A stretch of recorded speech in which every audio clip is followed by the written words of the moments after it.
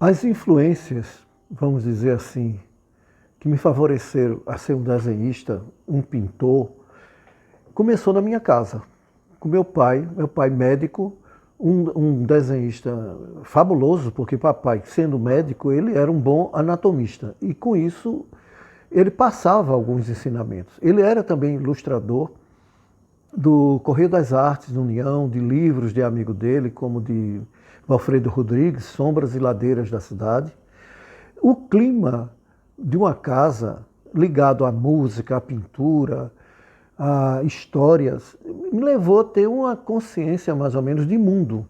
Quando a gente era pequeno, papai trazia boneco de feira, boneco de Caruaru.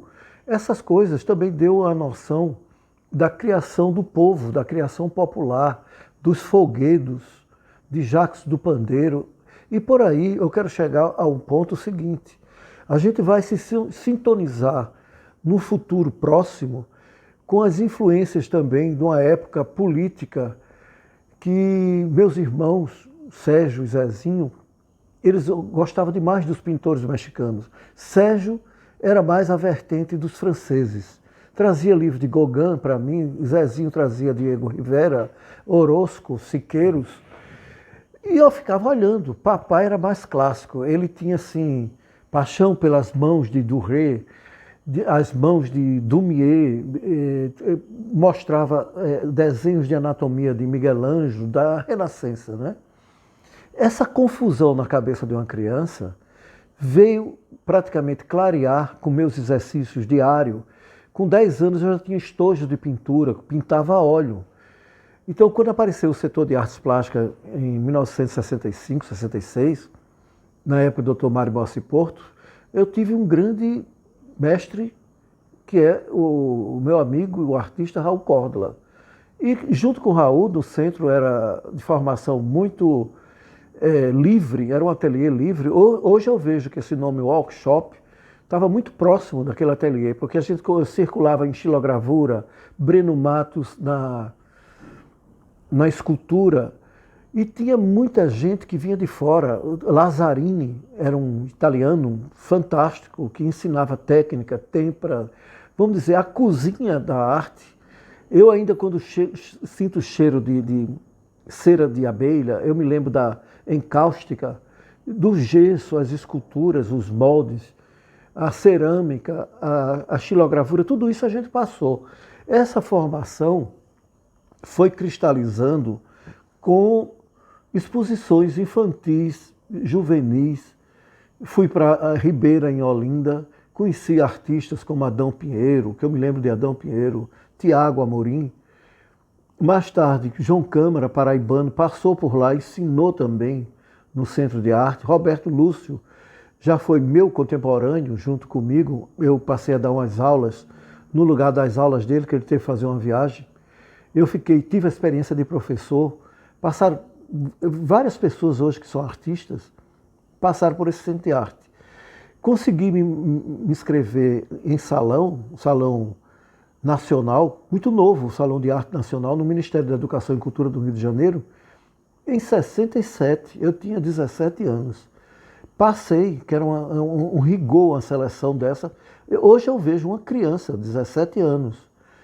3 anos depois, eu ganhei um prêmio Salão de Arte Global. Aí fui para a França, Espanha, Portugal, consegui ver os mestres nos museus, que aqui não tem museu, é lamentável isso. Eu digo assim, esse caleidoscópio todo levou a você procurar uma linguagem, mas uma linguagem afetiva. Quando voltei, conheci Rui Guerra, o cineasta, e fui fazer o cenário com ele de um filme aqui no sertão da Paraíba, em Antenor Navarro, que era Vingança Não. Eu fiz os cenários, o filme foi que não saiu o financiamento. Durante essa amizade que a gente fez de um mês, ele me convidou para fazer o cenário de Cândida Herêndira e sua avó desalmada, no México. Eu estava praticamente pronto para ir para o México quando apareceu uma grande exposição para mim em Berlim, que foi a maior exposição que eu fiz em termos numérico e talvez ter uma unidade muito boa entre desenho e pintura. Aí fiquei um mês, mais de um mês na Alemanha, levei 90 quadros e também com isso pedi desculpa a Rui Guerra, que não fiz, mas a semente ficou. Eu passei a me interessar muito com esse chamado, vamos dizer assim, pela literatura latino-americana, o realismo fantástico. Comecei a ler 100 Anos de Solidão, Ninguém Escreve ao Coronel, e comecei a ver que aquele universo mágico tinha muito a ver com o universo, numa confluência com o universo ligado ao cordel da gente, a literatura de Ariano, que Ariano já vem do cordel, a xilogravura de Gilvan Samico, o universo mágico, floral, que eu conheci pessoalmente muito novo e me influenciou, Francisco Brenan, faleceu agora esse ano. Um grande mestre, não tive amizade próxima a ele, mas ele influenciou muita gente. Ele foi aluno, sofreu influência de um grande artista francês do século XIX para o século XX, que é Fernando Léger. Ele frequentou o ateliê de Léger e com isso trouxe o contorno, esse contorno do floral, das flores de Brenan, ele marcou com sua personalidade forte, que sua maestria na cerâmica, no muralismo, ele marcou gerações e gerações de pintores aqui no Brasil, não só do Nordeste. E por aí vai condensando o que se chama linguagem gráfica. Com a formação minha na universidade, na COEX, Coordenação de Extensão e Cultura, com Raul, como eu já falei, apareceu lá em casa como um dos fundadores do Centro de Arte, Hermano José Guedes, artista, gravador, na época já era uma pessoa conhecida no Rio de Janeiro, que ele era aluno de Ivan Serpa, um homem de um embasamento cultural fora do comum. Hermano seguiu toda a minha vida como um mestre mesmo. Essa palavra mestre é preciso ter cuidado quando se aplicar a palavra mestre. Hermano é um mestre ainda hoje, mesmo morto. Eu, quando estou pintando, diz, cuidado para não repetir, olha a pincelada, olha os contrastes. Então, Hermano fala. Então, Hermano era um ser iluminado. Eu aprendi a ouvir pintura com Hermano.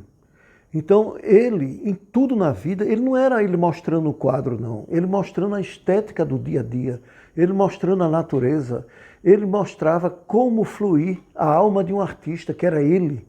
Então, Hermano José talvez tenha sido o maior mestre que a Paraíba teve sem ter cátedra. Mais tarde foi que ele participou da universidade como professor de gravura e no Rio de Janeiro, durante o período que ele ficou no Rio, ele era uma espécie de embaixador. Conseguiu exposição para mim na Galeria Bonino, conseguiu em outras galerias também. Ele com a sua amiga Elizabeth Araújo, uma pessoa importantíssima no Rio de Janeiro, das mais importantes. Pessoa que deu crédito e que deu força a muitos artistas. Essa história de influências não encerra. Eu acho que a América Latina, ela, vamos dizer assim, culturalmente, por mais que você diga assim, nossas influências são naturais, são tropicais, não são. A gente sofre influências de forma global. Porque a cultura, você pegar no tubo de tinta mesmo, que eu pinto, ou você que pinta, a câmera que está filmando, tudo isso veio da colonização, da neocolonização. A gente sofre influência do cinema, de literatura, mas na felicidade dessa história tão pulverizada que a gente tem de ver os gênios, ver gênio de cinema, gênio de literatura, gênio de pintura, a gente adquire a sua linguagem própria. Inclusive faz até um paradoxo com isso mesmo, porque seria como se fosse uma metalinguagem das culturas.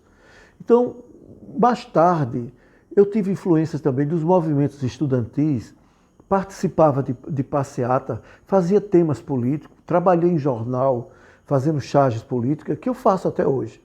Então, é essa multiplicidade que a gente quer ser, quase como que fosse um homem dentro de uma forma mais reduzida, mas aquela coisa de abraçar o mundo com duas mãos, como que fosse um homem perdido renascentista. O mundo grego de uma infância que a gente viveu sem ter vivido na Grécia. Então, o mundo do Trancoso, das histórias, todo esse fabulário leva a gente a ter uma linguagem particular. Agora, uma coisa eu tenho certeza, a gente transpira a cor dos trópicos. O pintor que pinta a luz dos trópicos, ele se identifica na questão também do planeta. Ele está junto com o mimetismo, como que fosse um camaleão. Isso é linguagem plástica.